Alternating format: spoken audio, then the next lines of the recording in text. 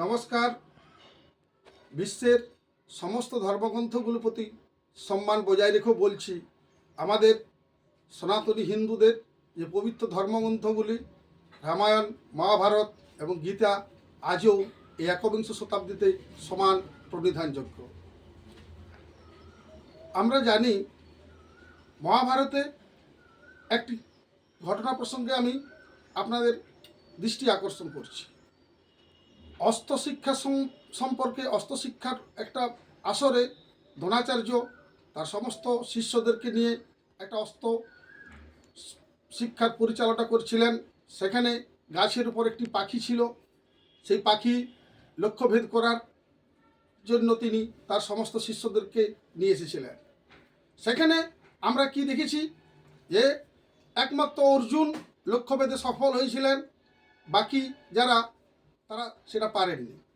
এই প্রসঙ্গে যে বিষয়টি আমি তুলে ধরতে চাইছি, অর্জুনকে যখন দ্রোণাচার্য বলেন যে তুমি কি দেখতে পাচ্ছ, অর্জুন শুধু বলেছিলেন আমি পাখির সেই অংশটা দেখতে পাচ্ছি যেটা তীরবিদ্ধ করব, অর্থাৎ পাখির গলাটা। বাকি যারা তারা কি বলেছিলেন, তারা বলছিলেন পাখি দেখছিলেন, গাছ দেখছিলেন এবং এই সমস্ত যারা আছেন তাদের সবাইকে দেখতে পাচ্ছিলেন। এই বিষয়ে আমি যেটাই বলতে চাইছি, আজকের দিনে যে সাফল্যের জন্য যেটা সংজ্ঞা, যে ফুল মাইন্ড কনসেন্ট্রেশন, অর্থাৎ পূর্ণ মনোযোগ সহকারে যদি আপনি যে কোনো কাজে শুরু করেন, সেটা শিক্ষা, সেটা অন্যান্য যে কোনো কাজ ক্ষেত্রে সাফল্য অবশ্যই আসবে। এ ব্যাপারে আমরা সবাই একমত।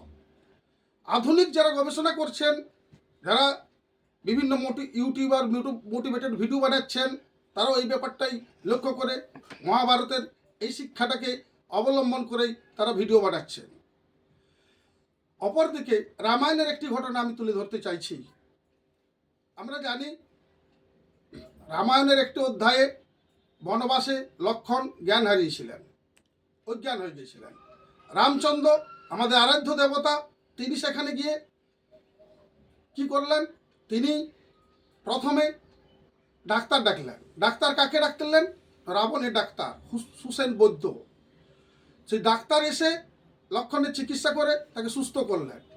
আমরা যেটা বলতে চাইছি যে রামচন্দ্র আমাদের আরাধ্য দেবতা, তিনি লক্ষ্মণের মাথায় হাত বলে তিনি লক্ষ্মণ সুস্থ হয়ে যেতে পারতেন, কিন্তু তিনি আমাদের আজকের আধুনিক যুগে আমাদের সামনে যে বার্তাটা দিতে চাইছেন, যে রোগ ও শরীর অসুস্থ হলে ডাক্তারের শরণাপন্ন হবেন।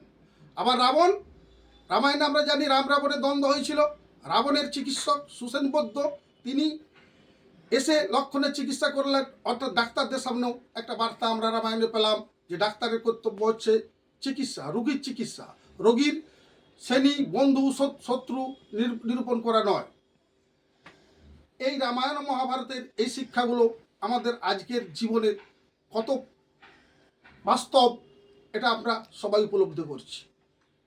অপরদিকে ভগবানের মুখনিসৃত বাণী গীতার প্রতিটি লাইন নিয়ে আজকে যারা এই নিউরো সায়েন্স বা আধুনিক মনোবিজ্ঞান নিয়ে গবেষণা করছেন, তারা গীতার ভগবানের মুখনিসৃত বাণী যেটা অর্জুনকে বলেছিলেন, তার প্রতিটি লাইন নিয়ে তারা গবেষণা করছেন এবং সেইখান থেকে তারা যে তথ্য নিয়ে যে আধুনিক যে সমাজ ব্যবস্থায় আমাদের কাছে নিয়ে আসছেন। গীতার যে বাণী, তার একটা বলছি কর্মই ধর্ম। এর থেকে আমরা বুঝতে পারি যে আমাদের যে কাজ, প্রত্যেকের ডাক্তারের যে কাজ, শিক্ষকের যে কাজ, চাষির যে কাজ, প্রত্যেকে যদি আমরা পালন করি, সেটাই বড় ধর্ম। তাই আমি আজকের দিনে আমাদের এই একবিংশ শতাব্দীতে অবক্ষয়িত যুগে আমি প্রত্যেকের কাছে অনুরোধ করব, আমাদের সনাতনী হিন্দু সমাজের প্রত্যেকটি মানুষের কাছে আবেদন রাখব যে আসুন রামায়ণ, মহাভারত এবং গীতা আমরা পড়ি এবং আমরা সবাইকে পড়াই এবং আমাদের দৈনন্দিন জীবনযাত্রার যে সমস্যাগুলো, সেগুলো এইগুলোর থেকে আহরণ করি। নমস্কার।